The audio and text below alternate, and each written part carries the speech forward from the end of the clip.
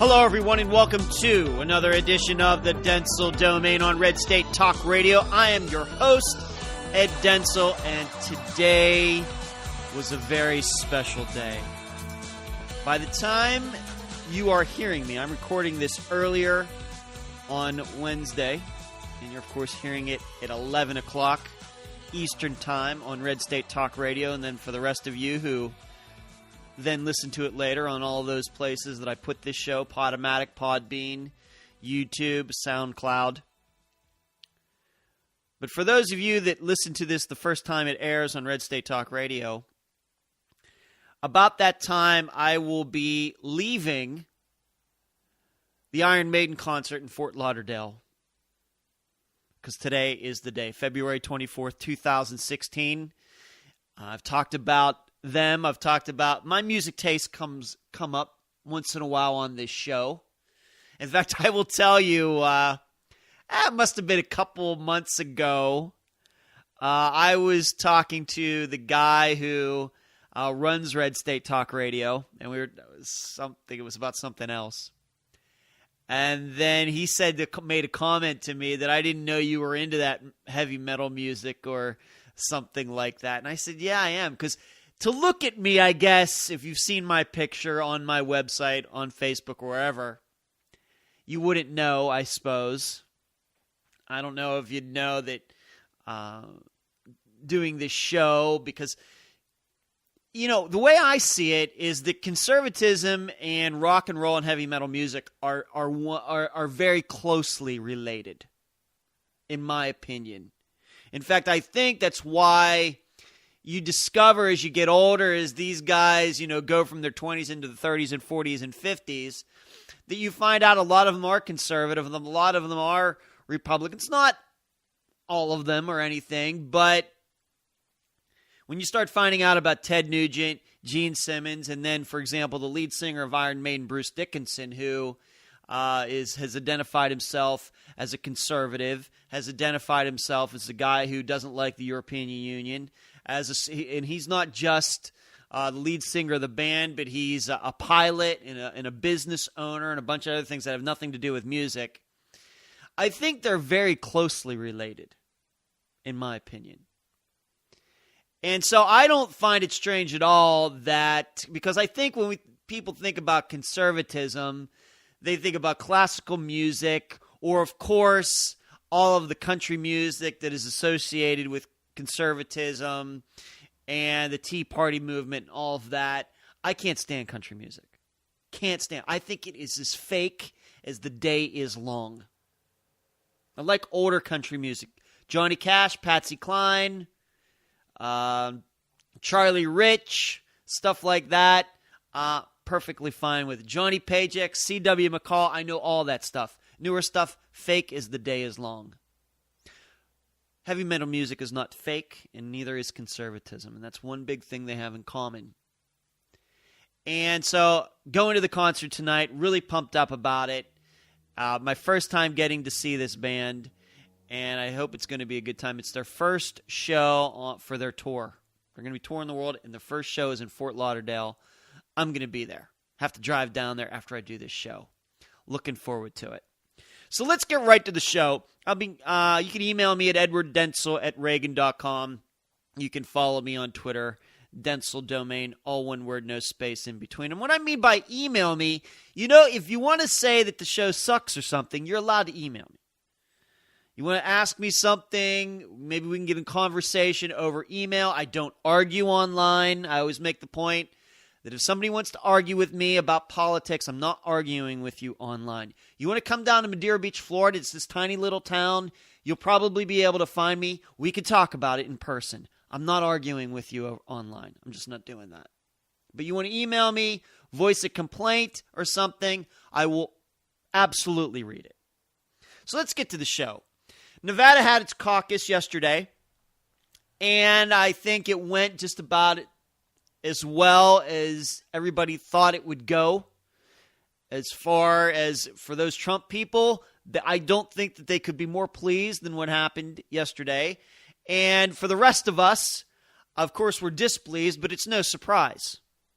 I guess the good news is that in the funky state of Nevada. And it is a funky state, and I'm going to talk about that because I used to live there for 13 and a half years. I lived there. At least Ted Cruz and Marco Rubio got in the 20s. They both got 20, 23, 24%, which combined with Donald Trump's numbers put them at almost 90% of the total votes there, which I don't know what you want. And John Kasich, Ben Carson, they still don't see the writing on the wall. But that wasn't the only story. There were some allegations of voter fraud. But I just want to tell you, I think that Donald Trump easily won that state outright. I don't believe that there was any fraud that caused him to win. It was by way too much that he won. Way it goes. In reading, though, some of the articles about it, maybe the rest of the country has now discovered, and I think that this was even a story back in 2012. I don't know if it was a story in 2008, but I think it was a story, maybe it might have been a story in 2008 too. The Nevada Republican Party, it has to be the worst, and it hasn't cleaned its act up in all of these years. Has to be one of the worst Republican parties, state Republican parties in the country. Of all 50 that are out there, and maybe there's 51 including the District of Columbia, and we know that party has its work cut out for it. The Nevada GOP has to be the most disorganized, and I saw that out there. In fact, to the point where, if you can imagine this, and this probably does, now that I'm thinking about it, I think this does go back to 2008. So it's been like 8 years, and I don't think it's any better now. You actually had a bunch of Ron Paul people running the party in that state back then. Now, we know that Ron Paul, for a few years there, 2004 to 2008, was kind of a phenomenon. I'm no Ron Paul fan, by the way. I'm a much bigger fan of his son than him. But he had this movement, and he did get some votes in some of the primaries in 2004 and 2008 and in the caucuses. But you can never say that he was going to get more votes than any other Republican. And in fact, he never came close in 2008.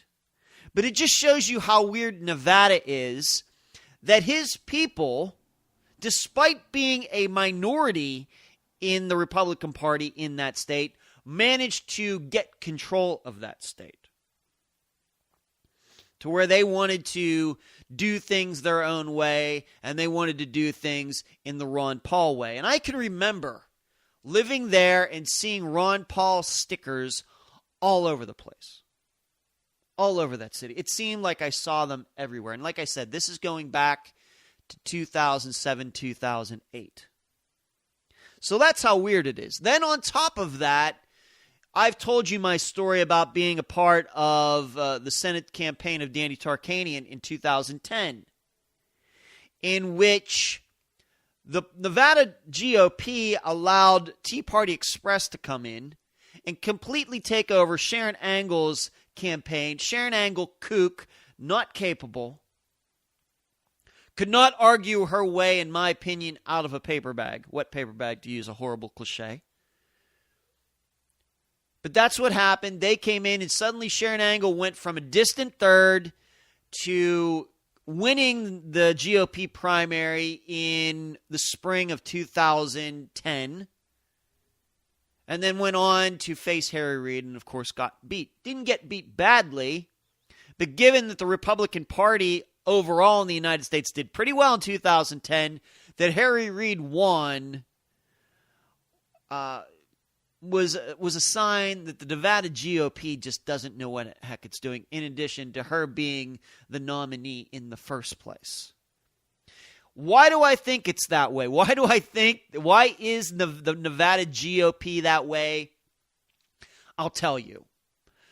Nevada is a very weird state in that it's very spread out.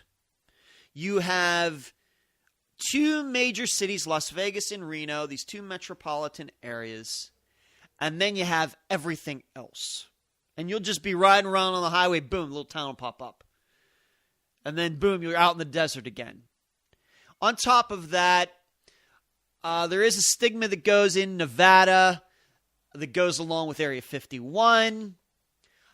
The federal government owns a lot of land in Nevada. It owns higher percentage of land in Nevada than it owns in any other state. And I think you put that all together, and so you have these couple sections of Nevada that vote Democrat all the time, and then you have the rest of the state that votes Republican all the time. But these are not your regular suburban Republicans. They are out in the woods Republicans, and they're just different. And I think that those types of people are more inclined to go along with the Ron Paul line of thinking. Like I said, lived there 13 and a half years. I knew some of these people. Even though I know that we were kind of under the same political party, I had a hard time identifying with them, and they had a hard time identifying with me because, I didn't grow up in Nevada. I grew up in Pennsylvania. I was a Republican in Pennsylvania before I moved to Nevada. And so you find that your average Republican in Nevada probably is a tad to the kooky side compared to the rest of the country. Just me. In addition, you have a lot of people that have moved to Nevada from other places, mainly the Northeast, kind of like how I did. And they're Republicans, but they aren't embedded in the state, at least not to start. And so the people, the Republicans who have lived there their lives, grew up there, have more control, even though it may be that a majority of the Republicans, because they've moved from somewhere else, are a little bit more mainstream.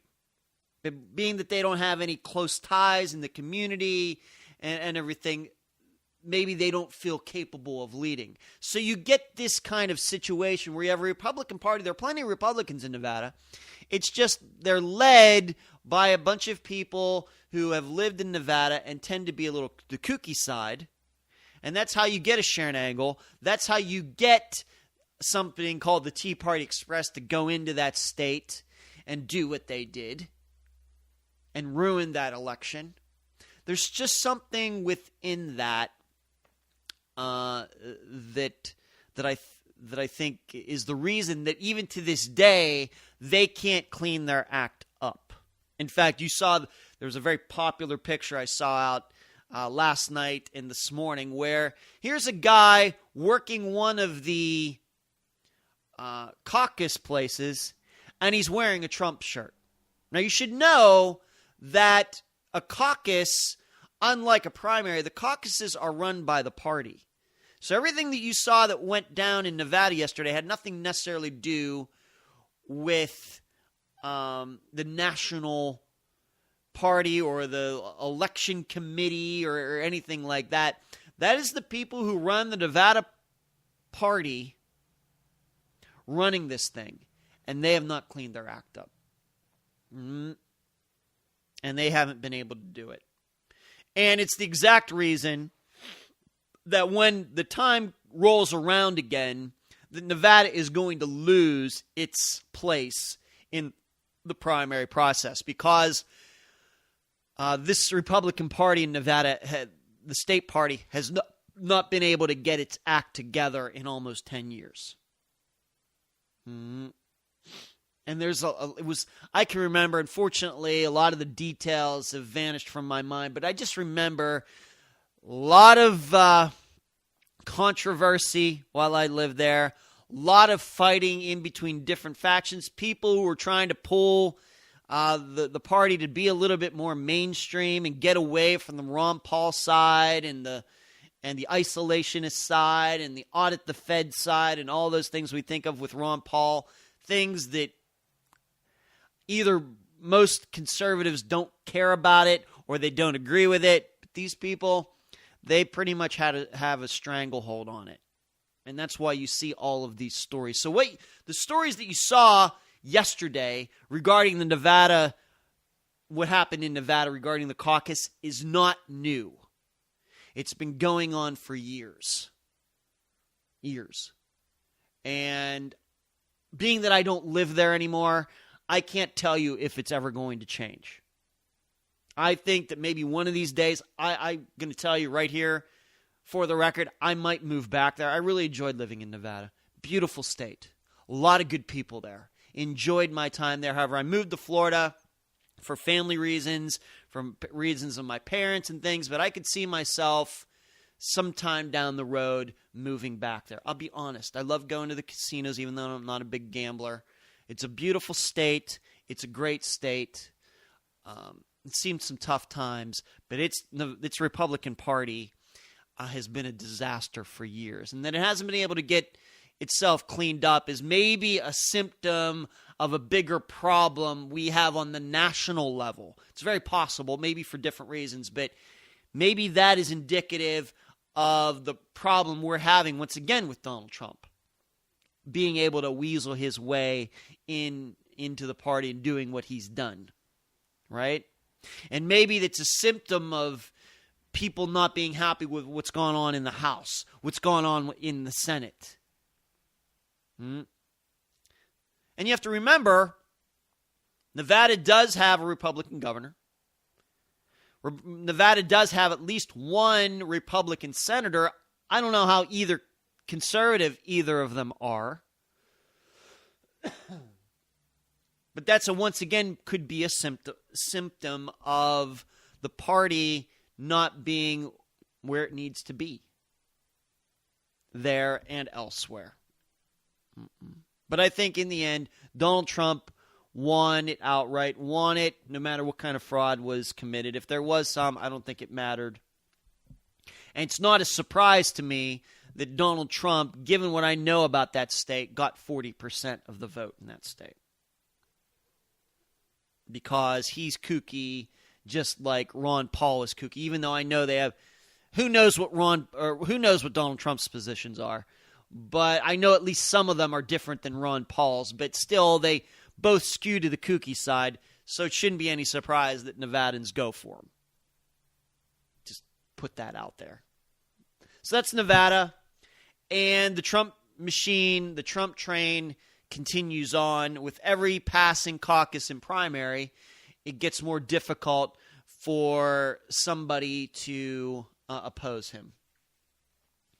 And being that Rubio and Cruz fought themselves to a draw yesterday, tells me they're not going anywhere, and Kasich and Carson, they're not going anywhere. So this is going to be like Groundhog Day. If this is going to be the way it's going to be, and nobody's going to leave the contest, this is just going to be a Groundhog Day from now on. It's going to be those. Trump's going to get somewhere in the 30s. Cruz and Rubio are going to get somewhere in the 20s. Those guys are going to get down single digits, and it's just going to be like the next place, Super Tuesday, the SEC primary, everything else. I don't know what to tell you.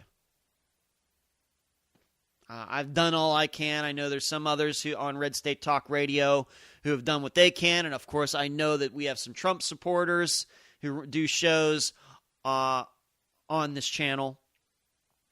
Can't do much about them. They do their shows. I do my show. And I know that there are some other people other media people, good conservative media people have said all they can. National Review and others, redstate.com, hotair.com, the Ace of Spades blog. They're doing what they can. Until the candidates themselves, the other candidates, the non-Trump people, Cruz, Rubio, Carson, Kasich, until they decide to do something for the country, this is the way it's going to be. Just the way it goes. Let's move on to something else. I had tweeted yesterday. It occurred to me, what would probably keep the kinds of Donald Trumps and out of politics, and probably would cut down. And I know that this tweet was just a kind of a funny thing, but I've said this before. I don't know how recently I've said it on the show, but I think that I've tweeted it before, but it's probably been a while. We need to really bring back dueling in the United States. You know what I'm talking about, dueling. You know, pistols at noon, 20 paces, turn around. You know the reason they used to do that? Now, of course, you know that one of our founding fathers, Alexander Hamilton, was killed that way. Aaron Burr shot him, killed him. And that was over disagreement, over, honor. And, of course, Alexander Hamilton, you read the story now, there's an idea that Alexander Hamilton went into that duel not really thinking that they were actually going to shoot each other, but that's what happened. Of course, he got shot. Aaron Burr did not. But that was a way back in the day. Now, of course, back then, the guns that they used were not as lethal as they surely were not as lethal as my Glock 19 that I have sitting here beside me while I do this show. That's the truth. When I do these shows, now that I have a gun, I have my gun sitting right beside me. I'm looking out on a rainy day in Deer Beach, Florida, out my window, but I have my gun right here, and it's lovely. But the guns back then, 200 years ago, are not as lethal as the guns today. You know, like this Glock with a good shooter, not me, you can easily hit somebody 50, 60, 70, 80 feet away, without not a lot of problems. Back then, that would have been tough with what they were using. But the reason they had dueling was so people, men and women, but it was mostly men, couldn't pop off and create rumors about other people. So everybody thought, well, you know what? If I say something about this guy that's not true, that they're going to call me out, and then we're going to have to go do a duel, and I might get shot, and I'm going to be scared, and so I need to keep my mouth shut. That's what kept trolling, and not that that was even a word back then. That's what kept trolling to a minimum. There was a sense of, if you say something about somebody that's not true, if you start a rumor, this guy's cheating on his wife, this wife hasn't been faithful to her husband, this guy's a cheat, this guy's a liar, and the other person takes offense to it,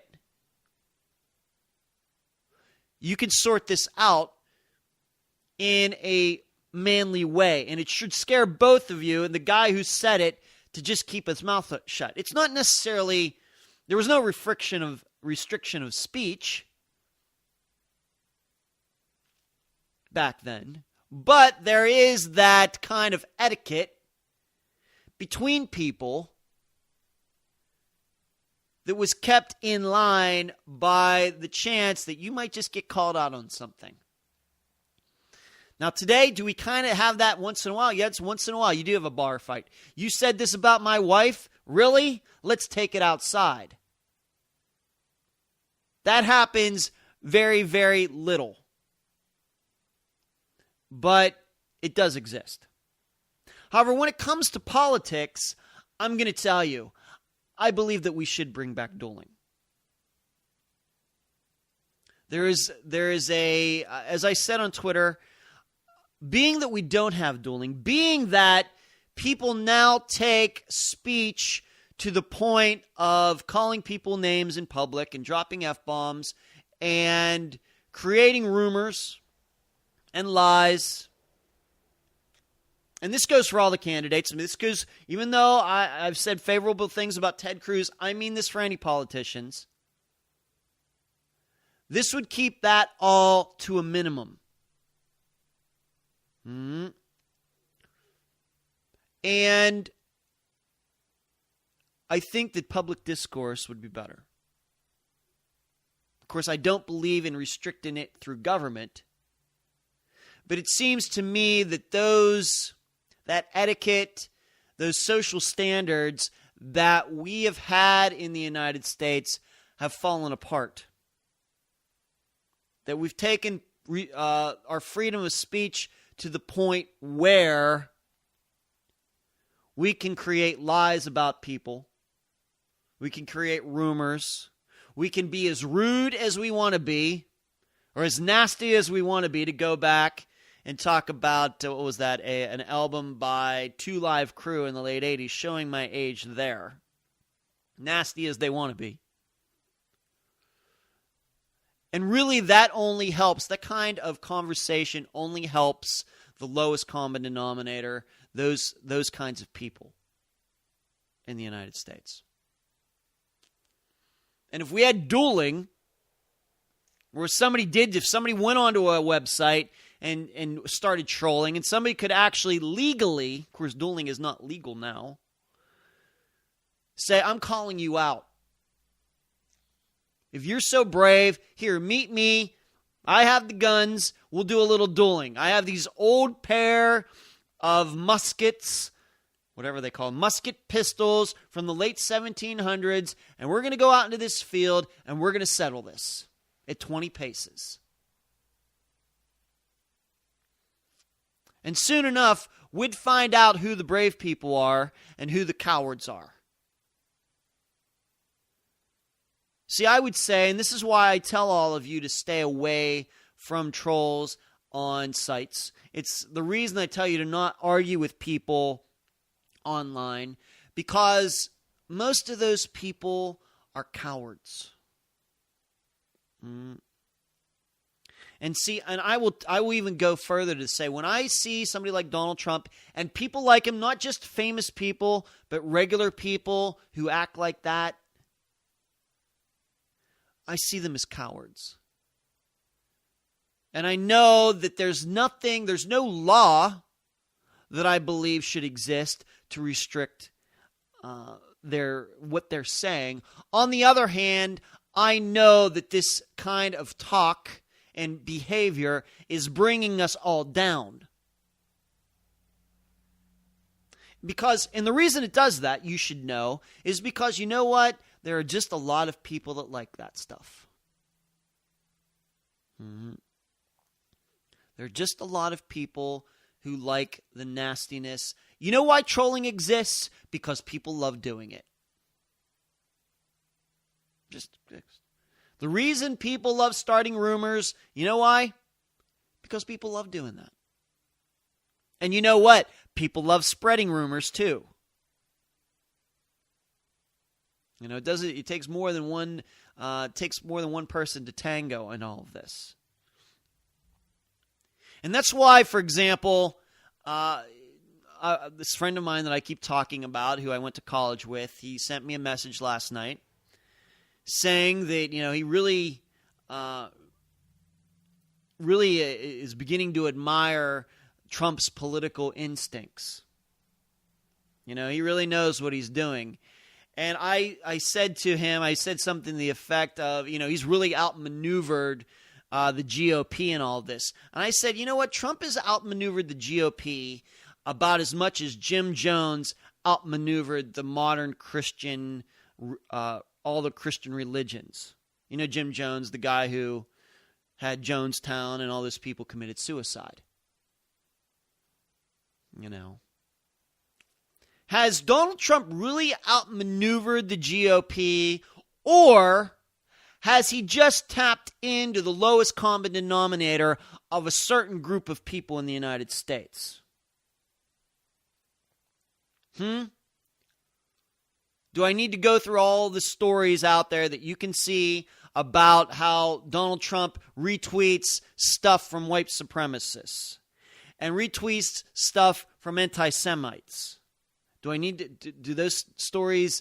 Do I need to get them out and link to them all on my site and link to those tweets? Do I need to do that? So is that outmaneuvering the GOP, or is it just finding a certain group that he can identify with because they're all just trolls? And then some good people get caught up in it because they don't know any better. That's hardly outmaneuvering, because that's what Jim Jones did. He didn't outmaneuver regular Christian churches and putting all his flock together and then going to South America. He found people who were weak. He feasted upon their weaknesses, their flaws, their insecurities. He knew how to manipulate them, and he convinced them to go and start a town in the middle of the jungle. That's not outmaneuvering the Christian theology of the 20th century.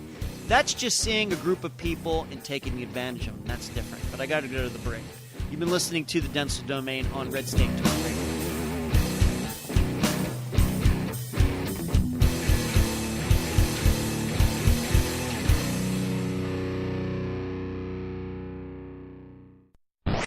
Red State Talk Radio, feeding the hunger.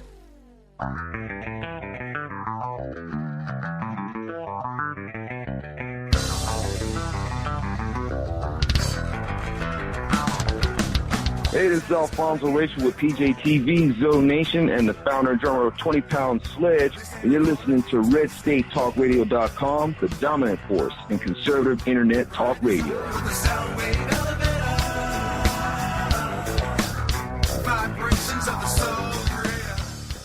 I'm a mom, and just like millions of other women, that's why I own guns. We're responsible, we're law-abiding, and we're everything that makes America strong. Every day, we're willing to use a firearm to defend our families. But the media will never tell those stories. If a mom puts a gun to the face of a home-invading thug and makes him run for his life, the story gets buried. But if she's unarmed and murdered, the cameras will be at the scene before the police. It's time for moms like me to speak out. We are the majority. We demand the freedom to defend our families, and we challenge the media to tell the truth about our rights. I'm the National Rifle Association of America, and I'm freedom's safest place. What does it mean for a country when its citizens turn on the news and expect to be misled? Because the reporters who once served as freedom's fearless watchdogs feel like distant characters in a fading memory. Today, too many journalists are just actors, playing to their boss's script. Why tell the truth when you can sell a lie for more? There's a price to pay for all this dishonesty. If the free press won't protect free people, it's our job to demand they do it. Do the work you say you do. Aim your First Amendment against hypocrisy and corruption like a hammer of the people. Kick down the doors of any leader who deceives us, and never tolerate dishonesty from your own ranks. That's what the good guys demand. We're the 5 million men and women in the National Rifle Association of America, and we will not play alone. Join us today. This is Don Newen with Cowboy Logic Radio, and if you don't go to bed every night absolutely fatigued from trying to restore America from the destruction that is taking place, then you're simply not doing enough. Join me late night Tuesday, early Wednesday, 12:05 a.m. for Cowboy Logic Radio on RedStateTalkRadio.com.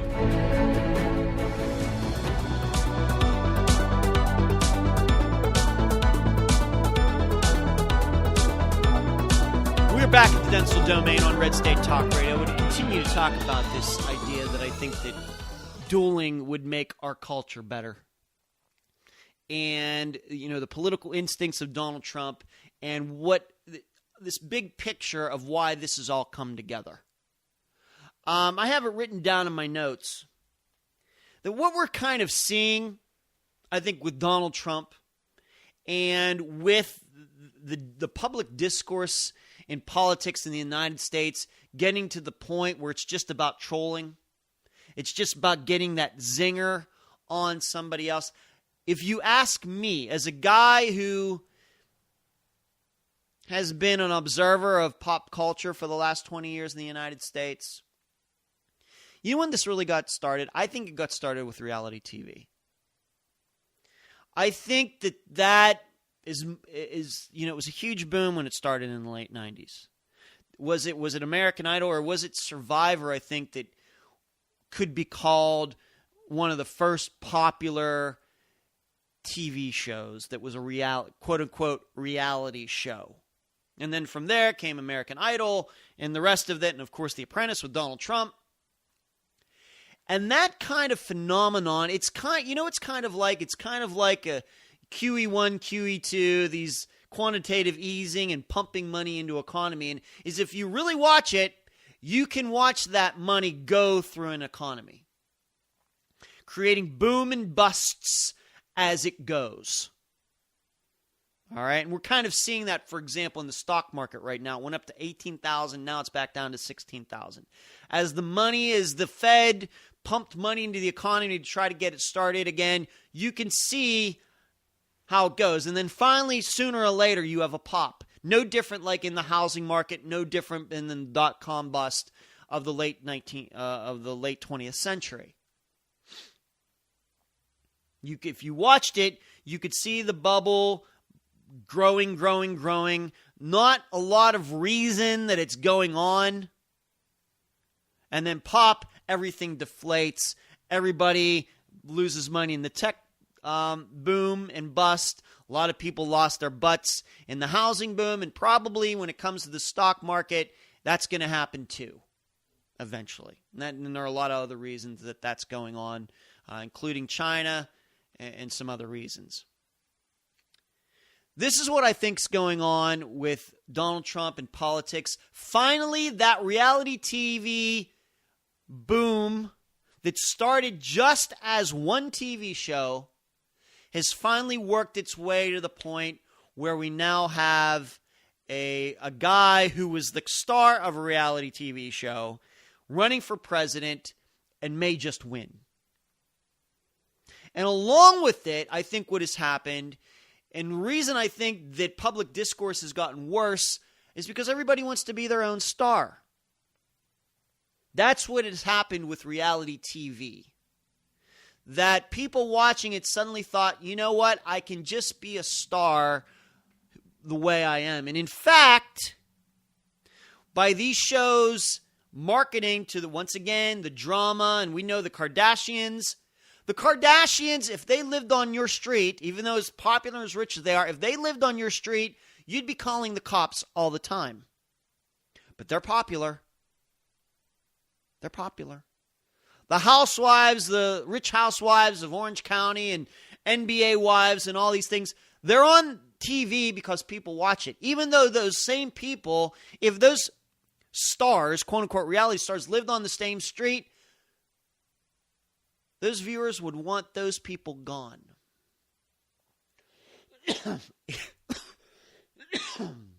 It's something odd that it's hard to understand.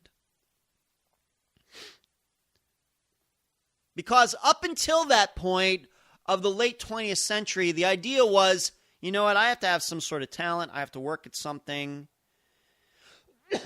If I ever want to have my own TV show, if I'm a comedian, or if I want to win a beauty contest, or I want to be a famous musician, I have to actually work at something. Hone my skills. But reality TV, it changed all that. It said, you can be who you are, and you can be a star too.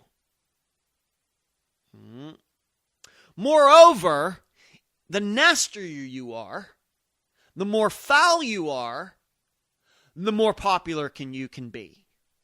Once again, marketing toward people's the most basic of instincts. It's part of human nature. Just because it exists doesn't mean that it should be used. And with that, all self-control went out the window.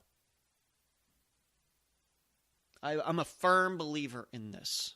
Not to say the politics wasn't nasty before that, but you know who was only nasty?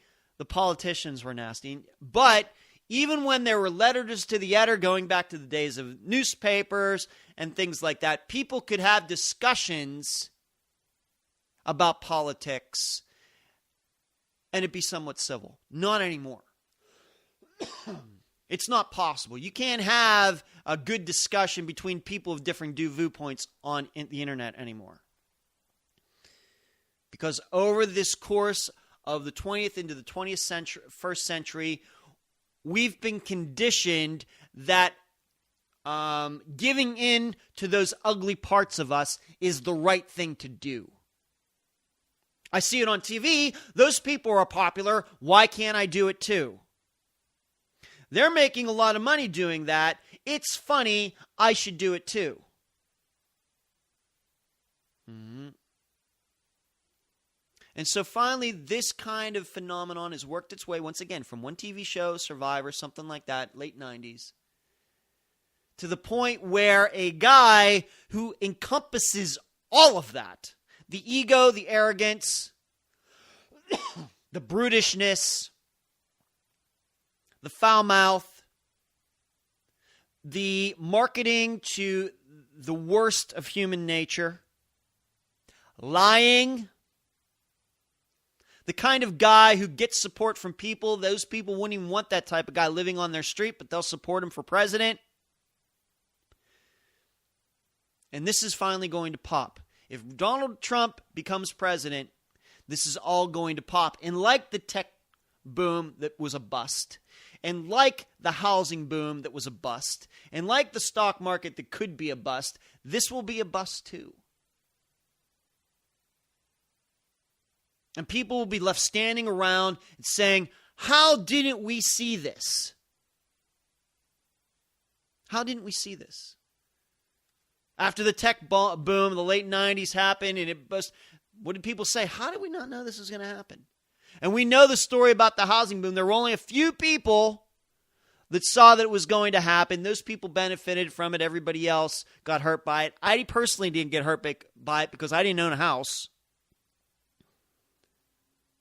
Same way with the stock market. There may be a point where we get to, how didn't we see this coming? And then with Donald Trump, it's going to be the same way. And dare I say it, anybody like him that you may be thinking about voting for in November, it's going to be the same way if you buy into that kind of person that markets themselves that way to you. Mm-hmm. So it's become a reality show. It's what we're creating here in the United States is no different than the Kardashians, Family Jewels with Gene Simmons. Even though I like Gene Simmons as a guy, the show was completely contrived. Ozzy Osbourne, the Housewives of Orange County, the Housewives of Beverly Hills, the Housewives of Brooklyn, or whatever, the NBA wives, all of it. This is now what we have. We have popular people, we have a popular person in politics who exhibits the exact same behavior of all of those people on reality TV. And just like those people on reality TV get all of those big numbers, Donald Trump is getting big numbers. That doesn't mean it's good. That doesn't mean it's right. Mm-hmm.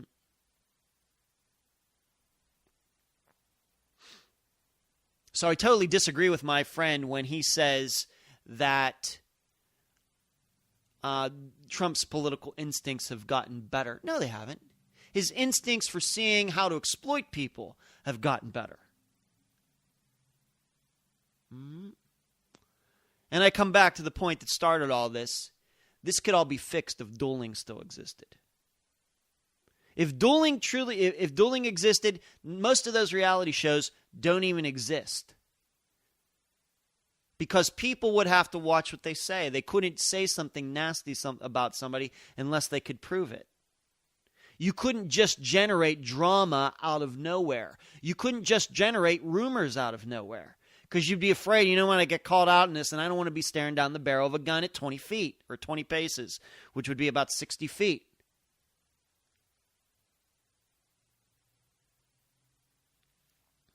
The Kardashians would just be girls in Southern California. All right? And all of these housewives in Beverly Hills and everywhere else, you wouldn't know anything about them. They'd be destroying their own lives. It's just probably the way they are now. But you know what? There wouldn't be any cameras there. They'd be destroying themselves. They wouldn't be destroying each other. They'd just be destroying themselves, each one of them. like people like that had done for centuries. It's just now we give those people attention. And all that does is create more of those types of people.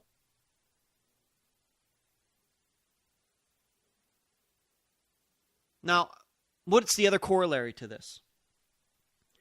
The corollary to this is that there's something going on in conservative media. This is what I want to add on to this. And this is kind of giving you what I think is kind of the behind the scenes of all of this. There's no doubt in my mind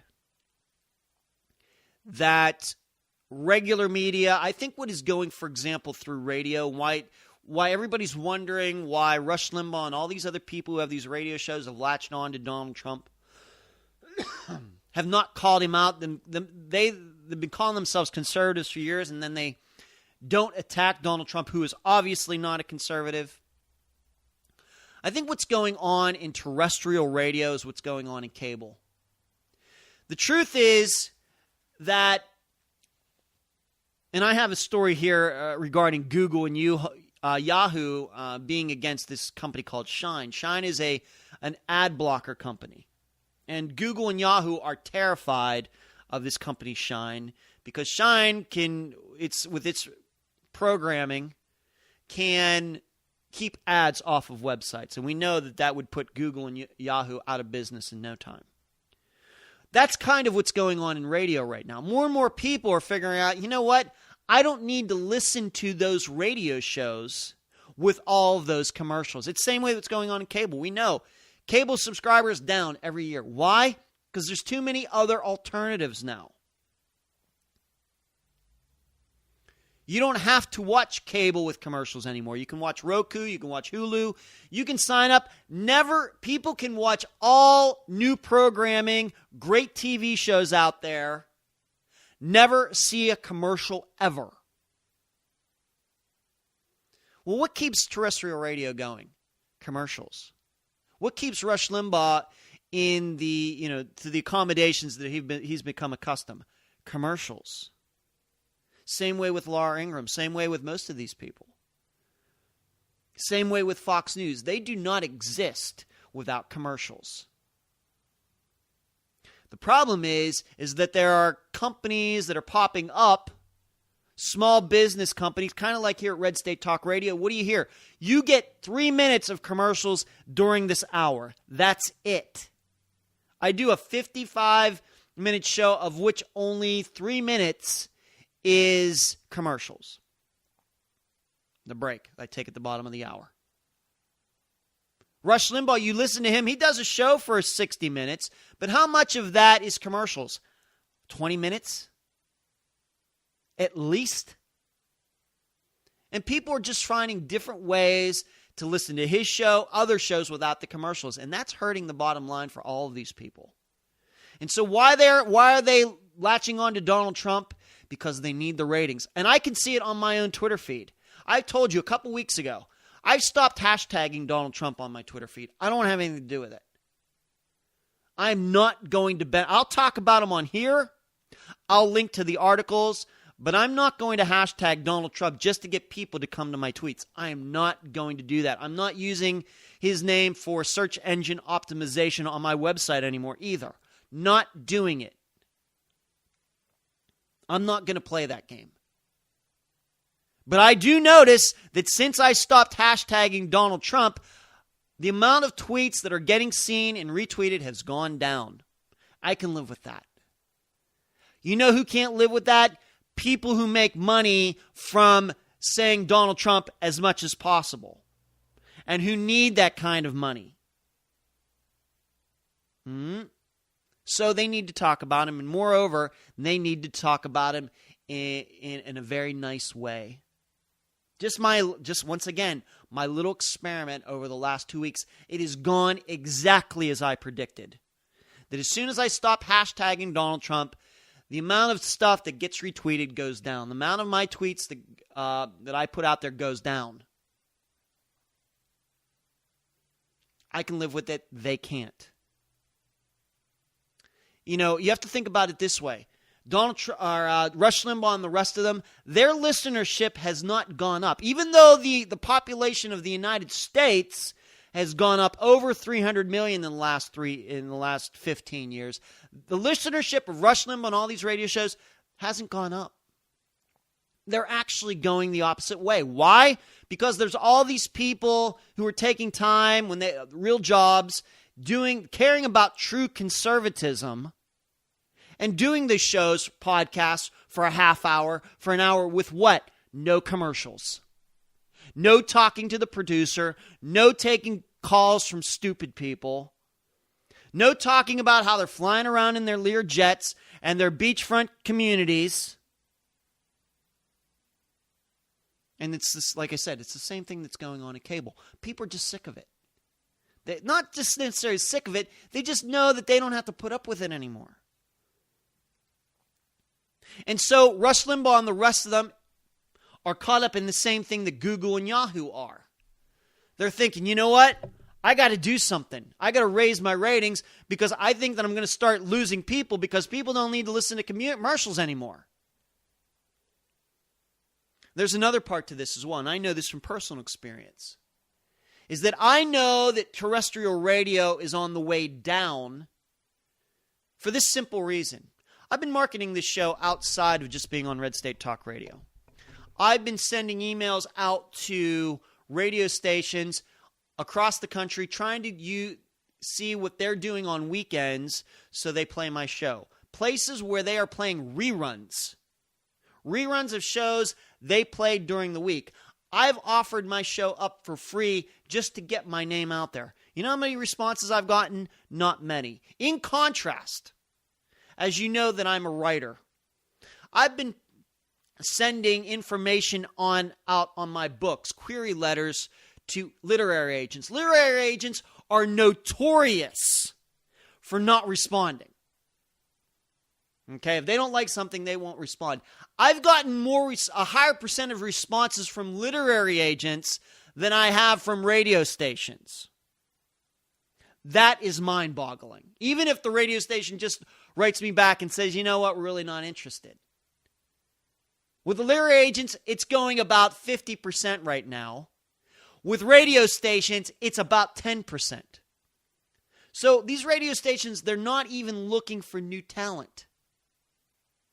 They're not even willing to get some new people in the rotation. They'll keep playing the same things over and over and over. What are they going to do when Rush Limbaugh isn't around anymore? I hope he lives to be 100. But what are they going to do? What are they going to do when Laura Ingraham isn't around anymore? See, I think that there is a thinking within terrestrial radio that eventually they're going to be out of business anyway. That satellite radio, and more to the point, Wi-Fi in everybody's car is going to put them out of business.